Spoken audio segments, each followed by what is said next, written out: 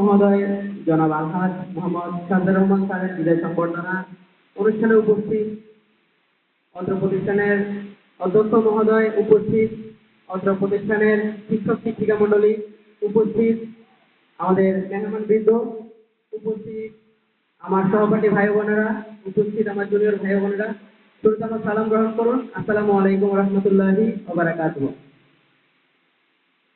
আজ এমন একটা দিন আমরা এখানে এসে উপস্থিত হয়েছি যেটা আমরা কখনো এইভাবে আশা করিনি। আজকে দিনটা সত্যি অনেক বেদনার, কারণ আজ আমাদের সকলের প্রিয় অধ্যক্ষ মহোদয় জনাব আলহাজ মোহাম্মদ সাজ্জাদ রহমান স্যারের এই প্রতিষ্ঠানে কর্মজীবনের শেষ দিন, যে দিনটি আমরা কখনো আশা করিনি। বিদায় জিনিসটা বড় বেদনার, বড় কষ্টের। এটা মূলত একটা বিদায়ের আনুষ্ঠানিকতা মাত্র, কারণ মন থেকে তো কখনো চিরতরে বিদায় দেওয়া সম্ভব না। স্যারের বিদায় সত্যি আমাদের জন্য খুব কষ্টকর এবং দুঃখজনক, কিন্তু পরক্ষণেই মনে পড়ে বিদায় তো প্রতিটি মানুষের জীবনের স্বাভাবিক ও অবিচ্ছেদ্য একটি অংশ। সৃষ্টির এই নিয়ম মেনেই বিদায় শব্দের শাসন মেনে আপনাকে বিদায় জানাতে হচ্ছে আমাদের এই সুন্দর প্রতিষ্ঠান থেকে। আপনি আমাদের জন্য এবং আমাদের ভবিষ্যৎ প্রজন্মের জন্য একটি স্মৃতির মুকুট হয়ে থেকে গেলেন। আপনার দান এবং অনুদান এবং আপনার আমাদের প্রতি দেওয়া ভালোবাসা, আমাদের প্রতি কর্তব্য, আদর স্নেহ কখনো ভুলার মতো নয়।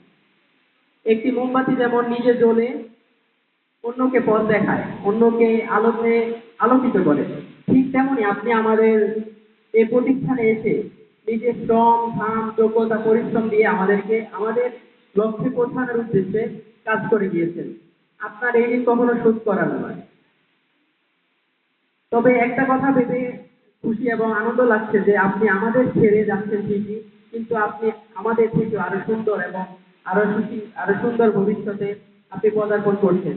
সেজন্য আপনাকে স্বাগতম এবং ফুলের শুভেচ্ছা জানাচ্ছি। বিদায় মুহূর্তে স্যার, আপনার অনুদানের কথা বলে কখনো শেষ করা যাবে না। আপনার আমাদের প্রতি ভালোবাসা, কৃতজ্ঞতা এবং আমাদের শ্রম ঘাম দেওয়া, এগুলো বলে কখনো শেষ করা যাবে না। তো আমাদের শেষ মুহূর্তে আপনার কাছে এতটুকুই চাওয়া, আমরা জেনে বুঝে প্রাতিষ্ঠানিক সময়ে প্রতিষ্ঠানে আপনার সাথে অনেক অন্যায় করে ফেলেছি স্যার। আপনি আপনজন ভেবে আমাদেরকে আপনজন মনে করে দয়া করে আমাদেরকে ক্ষমা করে দিবেন স্যার।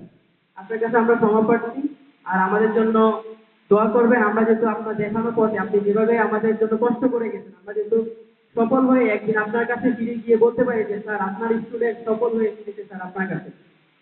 আর আমরা যে 25 তারিখে আমরা ভবনে গেছিলাম, তখন আমাদের সব প্রতিষ্ঠান, অন্যান্য প্রতিষ্ঠানগুলোর কোনো না কোনো শিক্ষক মন্ডলী ভবনে ছিলেন।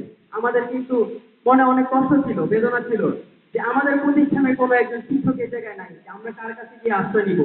এটা ভেবে আনন্দ লাগছে যে আমাদের প্রতিষ্ঠানের অধ্যক্ষ মহোদয় তিনি ভবনে এখন যাচ্ছেন, আমাদের একটা আশ্রয়স্থল ভবনে তৈরি হচ্ছে। আমাদের প্রতিষ্ঠানের কোনো সমস্যা, আমাদের চাওয়া এবং পাওয়া আমাদের স্যারের মাধ্যমে আমরা সফলভাবে সুন্দরভাবে সফল করতে পারবো। তো তো স্যারের কাছে এতটুকুই চাওয়া, আমাদেরকে নিজ গুণে ক্ষমা করে দিবেন এবং আমাদের দিকে নেক নজর রাখবেন, আমাদের কথা মনে রাখবেন। এ বলে আমি আমার সংক্ষিপ্ত বক্তব্য এখানে শেষ করছি। স্যারের দীর্ঘায়ু কামনা করছি। আল্লাহ হাফেজ। আসসালামু আলাইকুম। ধন্যবাদ শিয়া ভাইকে।